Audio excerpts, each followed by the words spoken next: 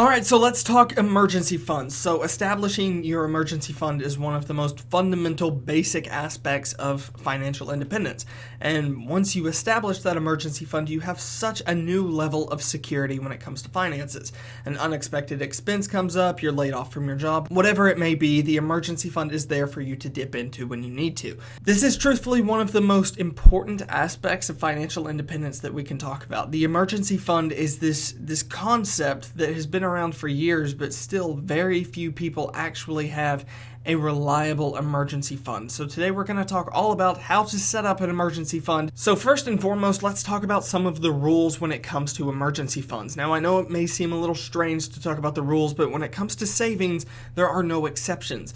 Money should go into your savings first and foremost. So let's talk about some of the rules when it comes to emergency funds. Number one is save to the point of discomfort, just by a little bit. You don't have to oversave, because I understand that that can put you in an even tighter financial position, but save as much as you possibly can and then push it a little bit to that point of just uncomfortable. Typically, you start to feel a financial hit once you pass about 10% of your monthly income. So let's say you make $2,000 a month, $200 is what you're going to start to really feel. Anything less, and it doesn't feel like that big of a hit, and anything more, it feels like it's getting a bit substantial. So 10% is typically that amount where we say that's your safe point. If you have a 10% expense in a month, typically you feel comfortable spending that amount. So what I might recommend is take that 10% that you were typically going to use for savings anyway, and just bump that up a little bit to 12, maybe 15%. Rule number two, have your savings account set up at a bank somewhere else.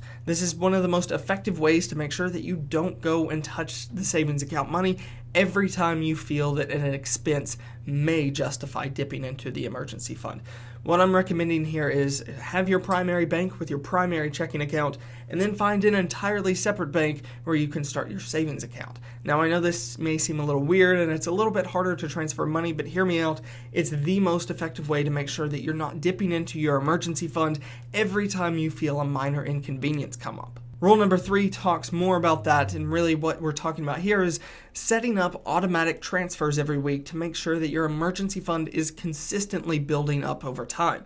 One of the most effective things you can do when establishing an emergency fund is have automatic transfers put in every single week. Rule number four, do not dip into your emergency fund for anything other than a true emergency. Find any other way aside from going into debt to make sure that this emergency that you think has come up can be paid for. Rule number five, save as much as you can until you have 12 months of expenses saved up. Now, I know 12 months may seem like it's a large amount, but trust me, when it comes down to it, if you have an emergency, having 12 months of expenses saved is going to feel amazing. Now, when you're starting out, you may only want to aim to have 3 months of expenses saved up, or maybe even 6 months. But in the long term, aim to have 12 months of expenses saved up fully, so when and if an emergency does happen, you have 12 months, a full calendar year of expenses taken care of. And rule number six, and possibly one of the most important ones, is always put money into savings or your emergency fund before spending any money on yourself. Before going out and going shopping, before going out and buying something new, make sure that you're putting money into your emergency fund before doing any of that. So now let's talk about some of the best places to keep your savings. Now, we have a few recommendations for this, but ultimately, wherever you feel you're going to perform the best with keeping money flowing into your emergency fund without pulling money back is going to be the most effective way for you. These are just kind of what we recommend. It's what's worked for us in the past, and it's what both Nick and I use in our own lives to make sure that we're not dipping into our emergency fund anytime we want to go splurge a little bit, or anytime we feel an expense could justify it. We can typically try to find another way without having to withdraw money from that account. So my biggest recommendation for places to keep your savings is to create a bit of a boundary between your normal everyday spending and your savings or emergency fund. If you can create that boundary, whatever it may be, whether it's big or small, you're typically going to have to put a bit more effort in to get that money into your everyday spending, which means you're really going to think about the different ways that you could utilize this emergency fund, and it really makes you think about if something's truly an emergency or not. So what I would really recommend is just create that little boundary, but there's a few different ways you can do that. You can use a savings account that is at the bank that you're already with. So if you have a Wells Fargo checking account, for example, it's relatively easy to just go in and set up a savings account with them as well. Now, what I would recommend doing is honestly looking for the bank with the best rate that you feel the most secure using, and typically that's not going to be the bigger banks. That could typically end up being a smaller bank, but whatever it may be, find something that works for you and create a bit of a boundary. So this is an option that works pretty well. You can use a savings account that is linked to your checking account, and that's perfectly fine. There's nothing wrong with that as long as you're saving. However, what we really recommend is using an external savings account. So that would be, for example, having your primary checking account at Wells Fargo, and just for example purposes, having your savings account at a local credit union, or even more so like Chase Bank, whatever it may be. That's typically what we would recommend doing because it creates such a larger boundary for you. You're going to be using your Wells Fargo account every single day, and you may be using that local checking account only when you want to go save money or when you need to pull money out from your emergency fund. So it really does create a bigger boundary that makes it more difficult for you to just go dip into the emergency fund anytime you feel something may justify it. It makes you think more creatively on how to get the problem solved, and truly that is one of the most important things you can do.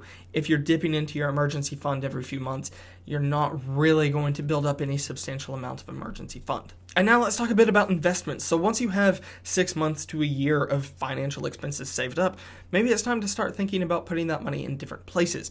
So for example, when I got my initial 12 months of expenses saved up, one of the things that I realized was I am saving a little bit too much now. There aren't too many times where I'm going to need to dip into my emergency fund and pull out 12 months of expenses without being able to make enough money in that next 12 months to make up for that. What I found that worked best for me was taking that extra money that I'm saving, and then at that point only saving 10%, and then putting the rest of what I was normally saving into different investments. So that could be an IRA, whether it be a traditional or a Roth IRA, could be a 401k, whatever it may be. So what I would really recommend doing is once you have that 6 to 12 months of expenses saved up, turn around and then take 10% of your monthly income, put that into your emergency fund or savings, and then take the remaining amount and put it into different investment accounts, whether it be a traditional or Roth IRA, a 401k, whatever it may be.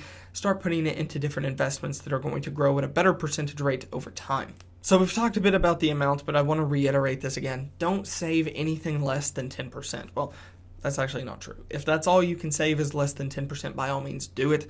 But what I really recommend is pushing yourself to 10, 15% every month and see if you can make that work. And if you can't, then maybe lower it back a bit. But before you start lowering it back, check to make sure there's not any unnecessary expenses that you're paying for. Maybe you're paying for 10 different subscription services that you don't really use anymore.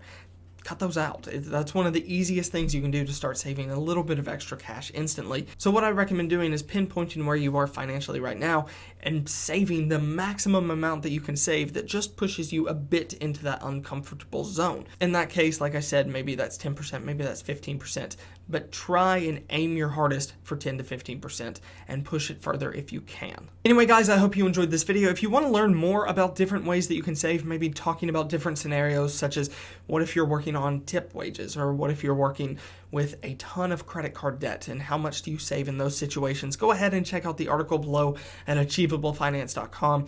I just wanted to make this video really to broadcast it to the general public of where you should be saving and how you can be saving. But if you want to look at more specific examples and maybe something that applies to more of your financial state, go ahead and check out the link down below.